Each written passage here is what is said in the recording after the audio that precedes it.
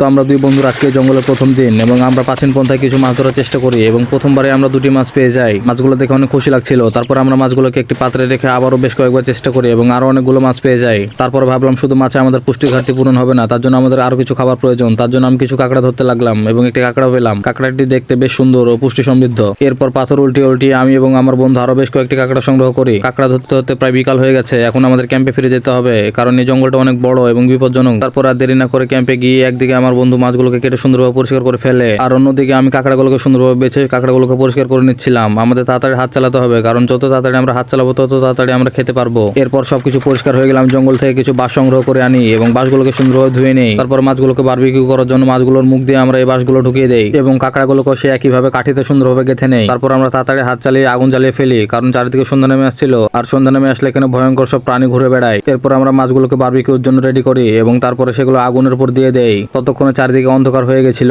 তারপর আমরা কিছুক্ষণ সময় নিয়ে মাছগুলোকে ঘুরিয়ে ঘুরিয়ে সুন্দরভাবে পুড়িয়ে ফেলি। মাছগুলো দেখতে বেশ সুন্দর লাগছিল, মনে হয় খেতে ভালোই লাগবে। তারপর আমরা কাঁকড়াগুলোকে সুন্দরভাবে এখানে পোড়াতে শুরু করি। কাঁকড়ার হাত পাগুলো খুব শক্ত ছিল, তার জন্য এগুলো পোড়াতে অনেক সময় লাগছিল। আমি বারবার চেক করে দেখছিলাম যে কাঁকড়াগুলো সুন্দরভাবে রান্না হচ্ছে কিনা। তো কিছুক্ষণ কাঁকড়াগুলোকে সুন্দরভাবে পোড়ানোর পরে কাঁকড়াগুলো ভালোভাবে রান্না হয়ে যায়। তারপর আমরা কাঁকড়া ও মাছগুলোকে এক জায়গাতে করে ফেলি এবং সর্বপ্রথম আমি কাঁকড়াগুলো টেস্ট করে দেখি। কাঁকড়াগুলো খেতে বেশ ভালোই লাগছিল। এগুলো অনেক শক্ত হলে এগুলো পুষ্টিতে ভরপুর। কাঁকড়াগুলো খাওয়া শেষ হলে আমি আর বন্ধু মাছগুলোকে খেতে থাকি। তো বন্ধুরা, বেশ কষ্ট করার পরে আমরা প্রথম দিনে খাবারটা জোগাড় করতে পেরেছি। দ্বিতীয় দিনে কি হতে চলেছে আমাদের সাথে, আমরা কি নিজের খাবার জোগাড় করতে পারবো কি পারবো না, এটা দেখার জন্য অবশ্যই চ্যানেলটিকে সাবস্ক্রাইব করে দিন।